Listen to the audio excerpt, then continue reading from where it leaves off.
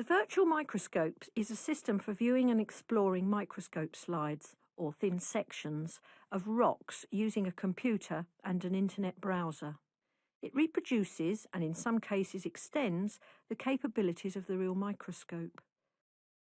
This tutorial will show you what it can do and how to make best use of it.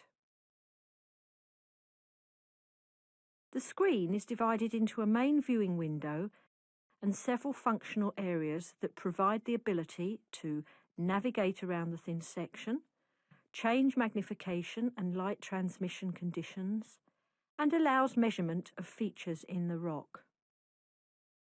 The thin sections are listed under the catalogue of specimens in the top left-hand corner. For example, to look at a specimen, click on its name and the slide will be loaded into the main viewing window. This is a high-resolution digital image of the thin section and is accompanied by a brief description of the rock.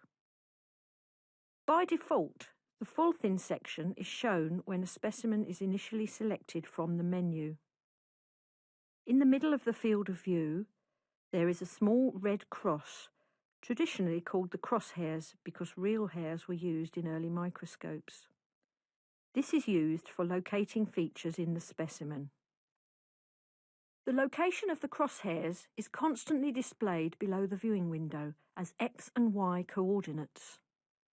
The sample can be moved to a specific location by typing X and Y coordinates into the empty boxes found at the top right of the main window, and then clicking the Go button, or by pressing the return key on the keyboard.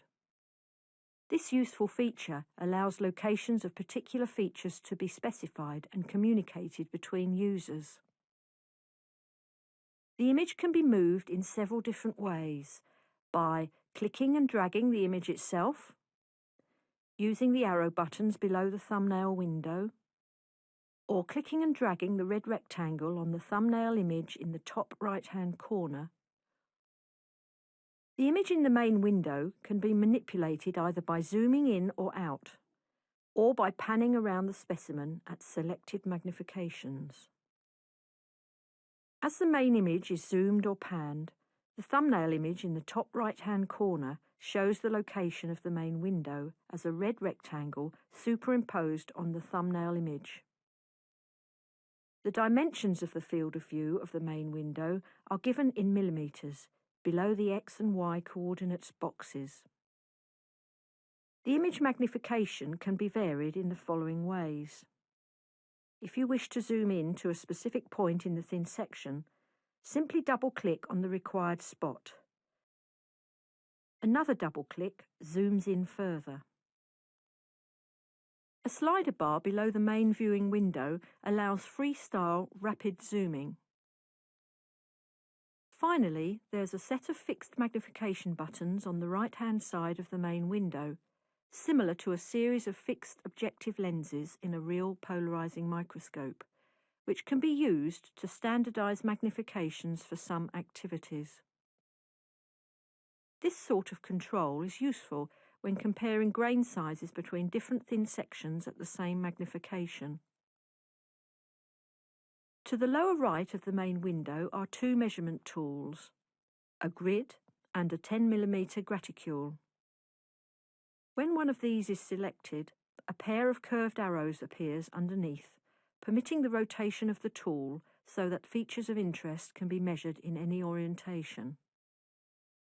Once superimposed over the slide, the grid does not change in size with magnification, although the scale along its base gives an indication of its real size relative to the thin section. It can be used to define an area for study at a particular magnification, and is especially useful to estimate proportions of different minerals in a view. The graticule has 0.1mm divisions, and so the tool grows in size with increasing magnification. This allows actual and more precise measurement of features in the field of view. The colour of these tools can be changed by clicking on the overlay colour. This may be useful when studying dark specimens, or if you have trouble distinguishing certain colours.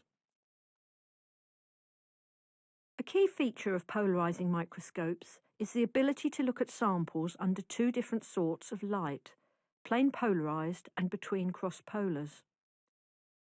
The default when the slide loads up is plane polarized light. To switch to crossed polars, simply click on the appropriate button. Slides commonly come with pre-selected, numbered points of interest for you to examine. These are called hotspots. They're represented by a number inside a circle with a counterclockwise arrow around the outside. They may be referred to in some of your activities or text. Once you click on one of these, it activates a new part of the virtual microscope, the two rotating stage views. These are displayed in a pop-up window overlaying the main microscope. So, these are the rotating views of hotspot view 1. On the left, we have the plane polarized image, and on the right, the same image between cross polars. Clicking and dragging anywhere on these images allows you to rotate the stage and watch the behavior of the mineral's optical properties. These rotating views are used to demonstrate several of the key optical properties of minerals in thin sections. In plane polarized light, PPL, and between cross polars, XP.